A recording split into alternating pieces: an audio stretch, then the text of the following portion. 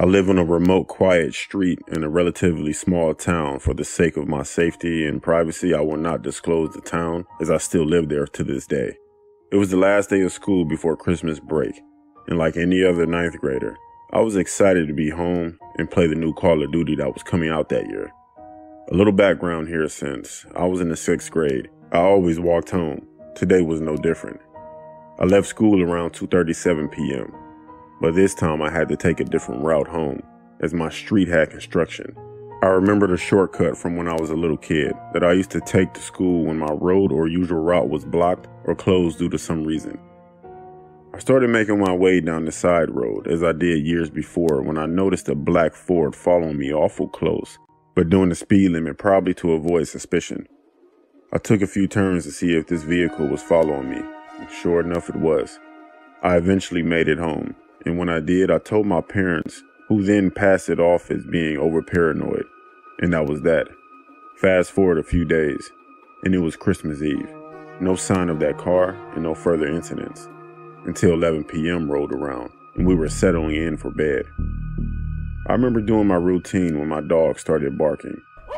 I yelled and said, "Shut up." I eventually got up and let them out. I want to say 8 minutes passed when I was startled out of bed, a man screaming in pain outside my window.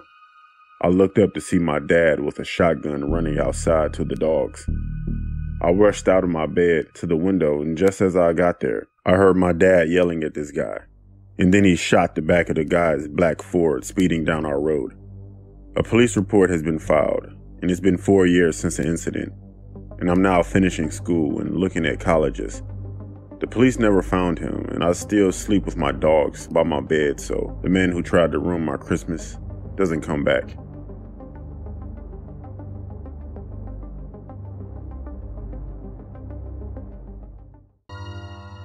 Christmas is usually everyone's favorite time of the year.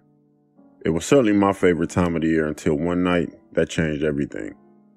It was the Christmas of 2018. I was sitting in my living room watching the snow get heavier and heavier. The scene created the holiday atmosphere. I was enjoying myself drinking a cup of hot cocoa until I heard a knock on my door. I thought, who could be here at this hour?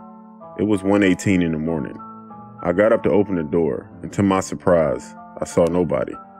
I closed the door thinking I was being ding-dong ditched at this time, or it was all in my head. 5 minutes later, another knock on my door. I once again got up to open the door, and no one was there. So I shut it.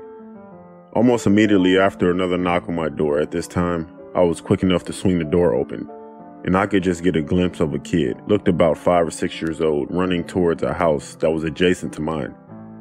Quite surprisingly, I never knew who lived there, and quite frankly, I never seemed to care. However, this time I wanted to know why such a little kid was out roaming about in the middle of the night, so I planned to go over there the next morning. Morning finally came, and I headed towards the house where I'm sure I saw the little boy run into. To my surprise, nobody answered the door.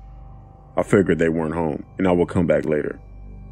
That evening, I tried going back to the house, and once again, I knocked, no answer. This was quite strange. I then tried the side door, and to my surprise, the door wasn't locked. Curiosity got the better of me, and I unlawfully entered the house, knowing I wasn't breaking and entering. As soon as I entered the house, I smelled something foul in the air, the smell of rotting meat. The inside of this house looked like nobody had lived there for years. I decided to check out the upstairs of the house. I climbed up the stairs and I went to the top step. There were about 5 bedrooms adjacent to each other. I checked out the one on my right. Nothing too special, just a bed and a closet. I checked out the rest of the rooms and found nothing. Great, I thought to myself. This was a complete waste of my time. And just as I was about to leave, a woman tapped me on my shoulder. It startled me. I knew I was caught red-handed, but just as I could say anything, the woman put her hand over my mouth and shushed me. I slowly backed away and sprinted back to my house. I heard the blood-curdling scream of a woman telling me to come back. I got back to my house and I decided to not call the cops. At 3 a.m., I woke up to sounds outside of my window.